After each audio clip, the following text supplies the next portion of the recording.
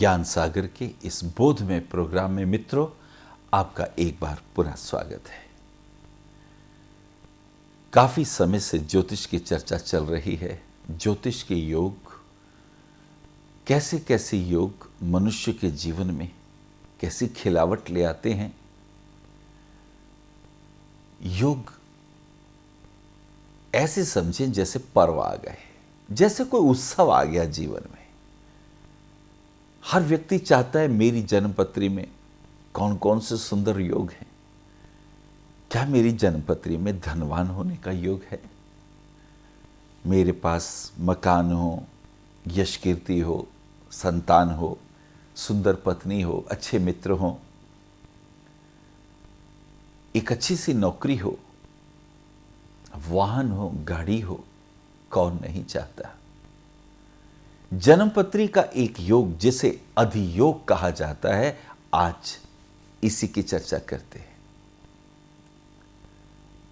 जैसा नाम वैसा ही गुण, जो अधिकता दे वही अधियोग, जो ऊंचाइयां दे, जो हर प्रकार से लाभ प्रदान करे। ये लाभ शब्द भी बड़ा प्यारा है। लाभ शब्द लभता से आया है।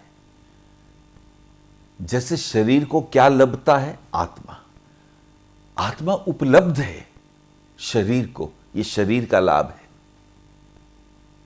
आत्मा तो परमात्मा का अंश है, लेकिन भाग्यशाली है वो शरीर जिसे आत्मा प्राप्त हो जाए। इसके विपरीत भी विचार करना चाहिए। ऐसी श्रेष्ठ आत्माएं जिनको शरीर उपलब्ध नहीं, वो आत्माएं पृथ्वी पर अवतरित होना चाहती हैं, परंतु शरीर उपलब्ध ना हो। शरीर आत्मा का लाभ है। शरीर प्राप्त हो जाए तो फिर दीर्घायु, ये शरीर का लाभ है। यश हो, कीर्ति हो, दीर्घायु हो, ये सभी लाभ है। रिचेस तो बहुत प्रकार की होती है ना। स्वास्थ्य रूप में हो, धन रूप में हो, यश रूप में हो, समृद्धि के रूप में हो, रूप के रूप में हो। कौन सुंदर ना होना चाहेगा? कौन पैर अच्छे स्थानों पर ना जाना पसंद करते हो? और कौन हाथ श्रेष्ठ चीजों को छू के देखकर आनंदित ना होना चाहते हो? जिस प्रकार हमारी 5 कर्मेंद्रियां पंच श्रेष्ठ सुखों को चाहती हैं, ऐसे ही मन भी शुभ और श्रेष्ठ चीजों की चाह करता है। आत्मा की चाह परमात्मा को पा जाऊं, यह आत्मा का अधियोग। ज्योतिष के दृष्टिकोण से अधियोग का क्या अर्थ होता है, आज यही चर्चा करते हैं। अधियोग का जन्म तब होता है जब लगन से 6ठे, 7वें और 8वें भाव में शुभ ग्रह हों। फिर से सुने, 6ठे घर, 7वां घर और 8वां घर, यदि इसमें शुभ ग्रह हों तो इसे लग्न अधियोग कहा जाता है। बहुत बिरलों की पत्री में ऐसे योग बनते हैं। ध्यान रखें, ये योग बन जाएं और इन पर अशुभ ग्रहों की दृष्टि नहीं होनी चाहिए। शुभ ग्रहों की दृष्टि हो तभी लग्न अधियोग चमत्कार करता है। ऐसे व्यक्ति रूपवान होते हैं, धनवान होते हैं, जो कुछ जीवन में कमाते हैं उसका भोग भी करते हैं। देखिए, 6ठा घर, समस्त रिपु और शत्रुता का भावी विदा हो गया शुभ ग्रह होने से। और जब 6ठे घर में शुभ ग्रह होते हैं, 12वें घर को पूर्ण दृष्टि से देखते हैं, तो शरीर का हानि स्थान वो दूर हुआ, रोग दूर हुआ, पृथकता जनक प्रभाव दूर हुआ। ऐसे व्यक्ति परिवार में मिलजुल के रहता है, सबके साथ मिलजुल के बांट के दुखों में सहायक होता है, दुख सुख में सहायक होता है। 7वें घर में शुभ ग्रह हो, लगन को बल मिलता है। ध्यान रखें, ये लगन बड़ा बलवान है। ये केंद्र भी है और त्रिकोण का भी स्वामी है। कहा भी है, लगन विष्णु का रूप है।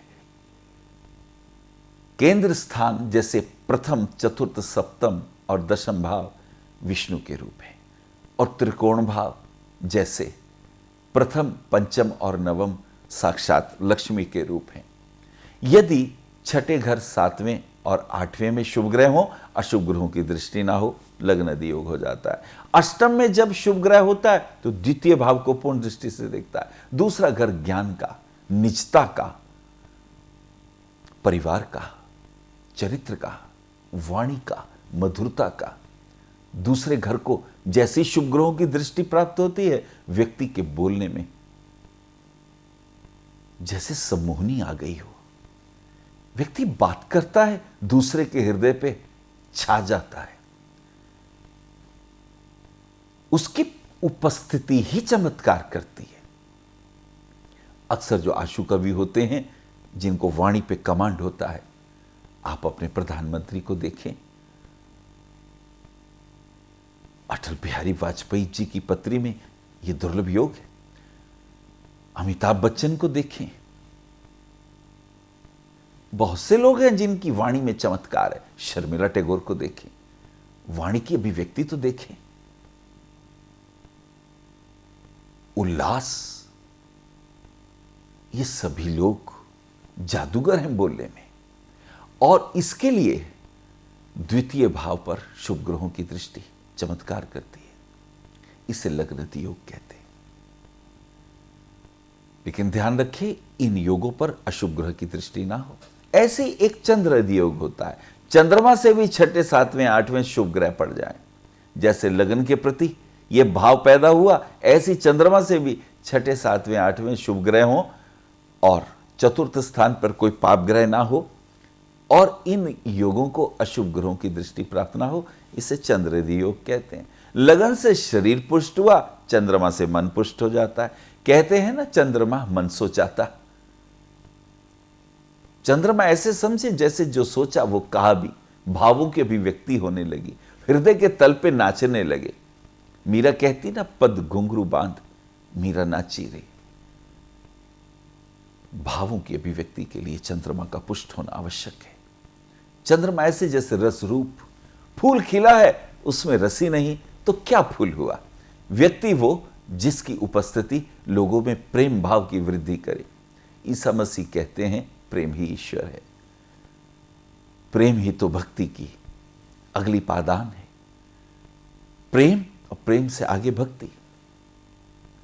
ऐसे ही यदि योग जब सूर्य से भी हो जाए, यानी सूर्य से भी छठे, 7वें, 8वें शुभ ग्रह हो, तो ये महान योग बनता है। सूर्य से जब बनते हैं तो व्यक्ति आत्मा को उपलब्ध होता है, सत्य को उपलब्ध होता है। चंद्रमा से योग होता है तो भक्ति की रसधार बनती है।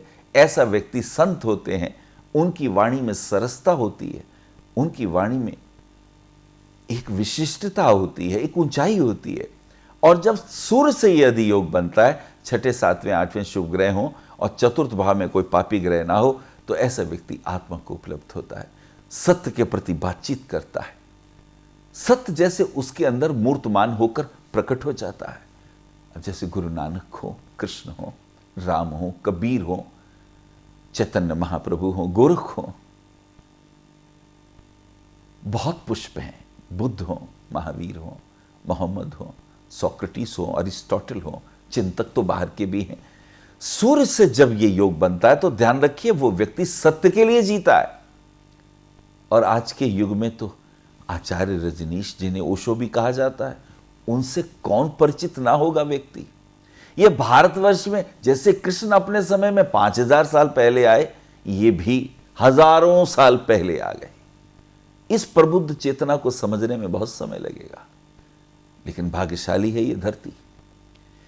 सूर्य से जब ये योग बनता है तो व्यक्ति सत्य के लिए जीता है, सत्य का ही मूर्ति का वो ध्यान करता है, सत्य को प्रतिष्ठित करता है। चाहे रीति रिवाज बिगड़े तो बिगड़े, हटें तो हटें, उसे इसकी परवाह नहीं होती। अधियोग एक माला की भांति है। जैसे गर्दन में भगवान जी के गले में किसी ने पुष्प की माला डाल दी हो। यदि आपकी जन्मपत्री में भी ये योग हो तो आप भाग्यवान हैं, पुण्य श्लोक हैं। पूर्व जन्मों के आपके ऊपर बड़ों के आशीर्वाद हैं, माता पिता का आशीर्वाद है, भाई बहनों का आशीर्वाद है, मित्रों का आशीर्वाद है, इष्ट देवता का, गुरु का आशीर्वाद है। गुरु के बिना कृपा के ये योग नहीं बनते। ये योग यदि आपकी पत्री में भी हो तो आप भाग्यवान हैं। क्या आपका स्वास्थ्य ठीक नहीं है? क्या बच्चों की पढ़ाई में बाधाएं आती हैं? क्या कोर्ट कचहरी के मुकदमों से चिंतित हैं? क्या व्यापार व नौकरी में निरंतर बाधाएं आती हैं? क्या वैवाहिक जीवन व संतान सुख को लेकर चिंतित हैं? क्या अपना घर बनाने का सपना अभी तक अधूरा है? क्या वास्तु दोष आपकी उन्नति में बाधक तो नहीं? क्या आपकी जन्म पत्री में दरिद्र योग, काल सर्प पितृदोष व नीच ग्रह के अपयश व दुखों का कारण तो नहीं? उपरोक्त सभी समस्याओं के समाधान के लिए परम पूज्य दैवज्ञ आचार्य श्री अनिल वत्स जी से आप मिल सकते हैं। 09818189993 व 09891739999। विशेष जानकारी के लिए संपर्क करें भविष्य कथन BE 279 गली number 6 Harinagar new Delhi 110064। Phone number है 01125406377 01125146377।